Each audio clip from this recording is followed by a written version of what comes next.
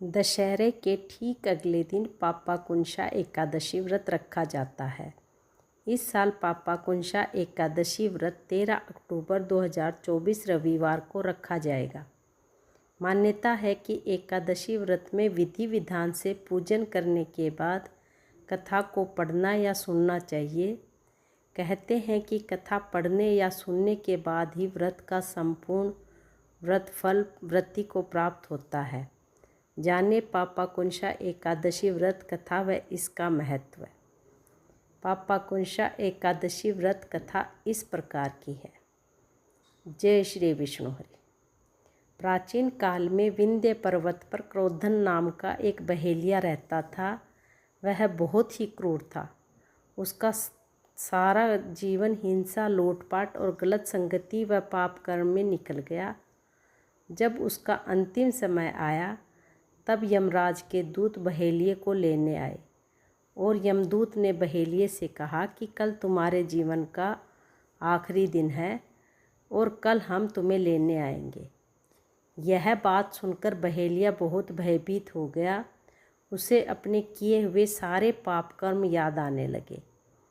वह डर गया कि अब तो मुझे मेरे पापों का फल मिलेगा। वह घबराया हुआ महर्षि अंगीरा के आश्रम में पहुंचा और महर्षि अंगीरा के चरणों पर गिरकर प्रार्थना करने लगा और कहा कि हे ऋषिवर, मैंने जीवन भर पाप कर्म किए हैं। कृपया कर आप कोई ऐसा उपाय बताएं जिससे कि मेरे सारे पाप मिट जाएं और मुझे मोक्ष की प्राप्ति हो जाए। उसके निवेदन पर महर्षि अंगीरा ने उससे अश्विनी शुक्ल की पापाकुंशा एकादशी का व्रत विधि पूर्वक करने को कहा। संयोग से अगले ही दिन अश्विनी माघ की शुक्ल पक्ष की एकादशी थी। महर्षि अंगीरा के कहे अनुसार बहेलिये ने यह व्रत पूर्ण विधि विधान से किया और किए गए सभी पापों से छुटकारा पा लिया। जब यमदूत उसे लेने आए तो वह उसके पुण्य को देखकर उसे सीधा स्वर्ग में ही ले गए।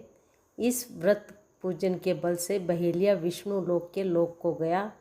जब यमराज के यमदूतों ने इस चमत्कार को देखा तो वह बहेलिये को बिना लिए ही यमलोक वापस लौट आए।